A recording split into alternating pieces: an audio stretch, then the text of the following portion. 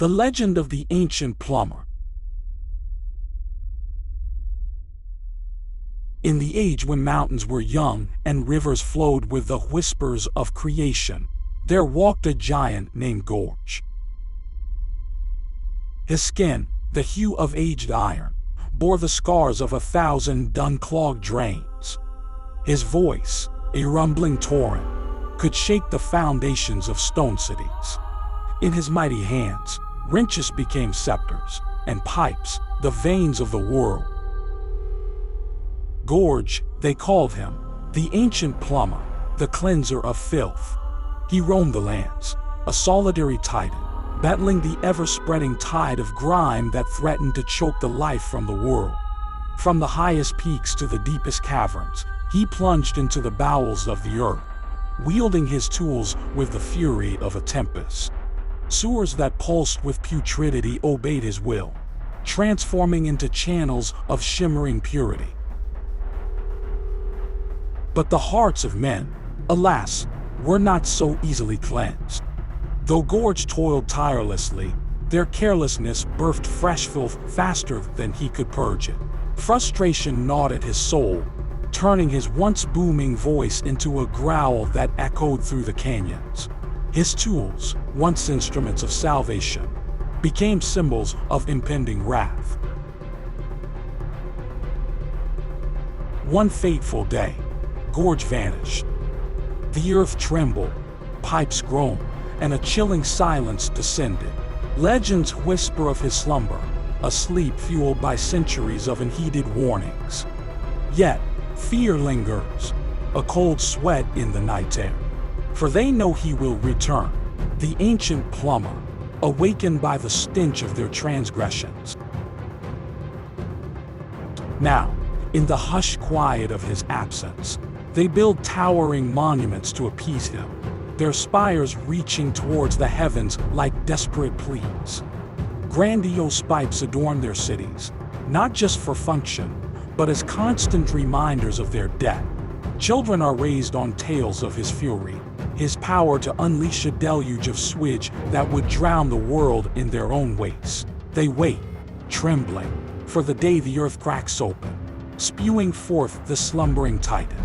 Will he return as their savior, once more wielding his tools to cleanse? Or will he come as their judge, unleashing the very filth they created?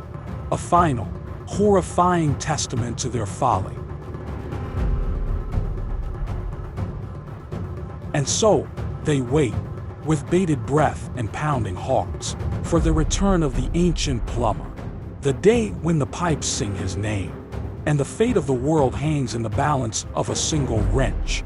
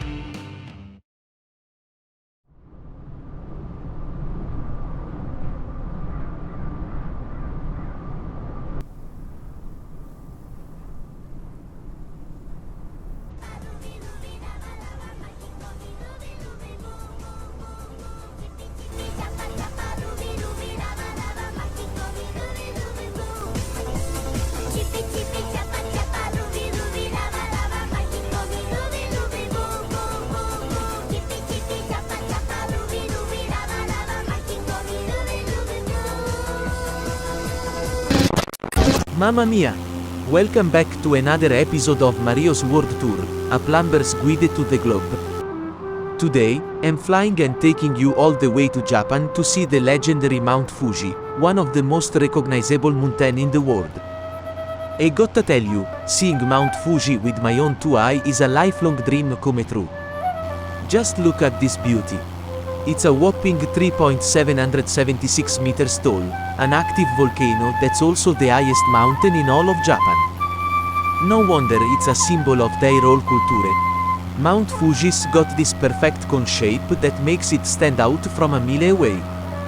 It's covered in snow most of the year, making it a popular spot for tourists and even some crazy climbers who want to reach the top.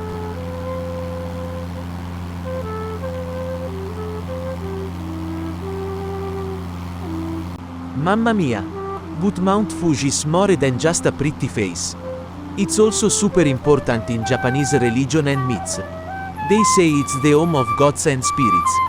No wonder it's one of their biggest symbols. You can see Mount Fuji on everything from everyday objects to works of art, even their passports. Did you know? The famous Japanese camera company, Fuji, actually got its name from this very mountain. Mount Fuji represents Japanese quality and the constant strive for perfection, which is exactly what the Fuji company aims for with their cameras. Pretty cool. HUH. Every year, around 300,000 people attempt to climb Mount Fuji. It usually takes between 6 to 8 hours to reach the peak. Flying closer, you can see all sorts of plants growing on the slopes of Mount Fuji: pines, larches, even birches. It's also home to some interesting animals like bears, foxes, and monkeys.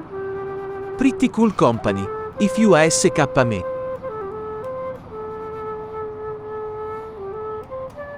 While Mount Fuji might be a sleepy volcano right now, last eruption was way back in 1707, there's still some volcanic activity happening. See those smoking holes up top? Gotta respect the power of nature, folk. Speaking of things to be aware of. Okay, Doki. There's a forest called Aokigahara not far from Mount Fuji, also known as the Suicide Forest.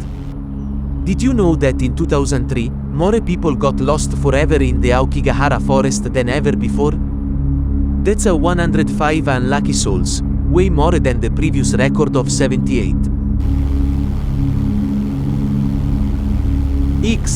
And things haven't gotten much better since. Even though the police don't tell us the exact numbers anymore, they don't want everyone thinking the forest is cursed. It seems like a way too many people still try to take their own life there. Here's the important part, though, if you're ever feeling down or lost like a misplaced Koopa shell, please don't go to this scary forest. There are hotlines and stuff, so don't be afraid to ask for help. Let's keep things positive on Mario's World Tour. Now, back to the pretty sights of Mount Fuji. While Mount Fuji might look tough on the outside, it's actually a very spiritual place for our friends in Japan. In a religion called Shinto, they believe everything in nature has a special spark, a kind of soul, and mountains are super important. But Mount Fuji? That's the big cheese, the star of the show.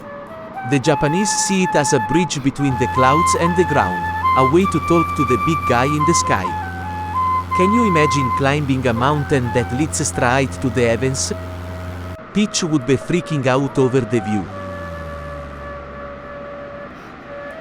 Back in the old days, they even built a special Shinto shrine right on the tippy top of Mount Fuji. Sometimes, the mountain would wake up and breathe fire, and the Japanese thought it was the gods getting grumpy. So, the emperor built a super fancy house of worship to keep the gods happy. Pretty smart. HUH. So next time you look at Mount Fuji, remember it's not just a mountain, it's a holy place where the Japanese connect with the heavens. Pretty cool, right?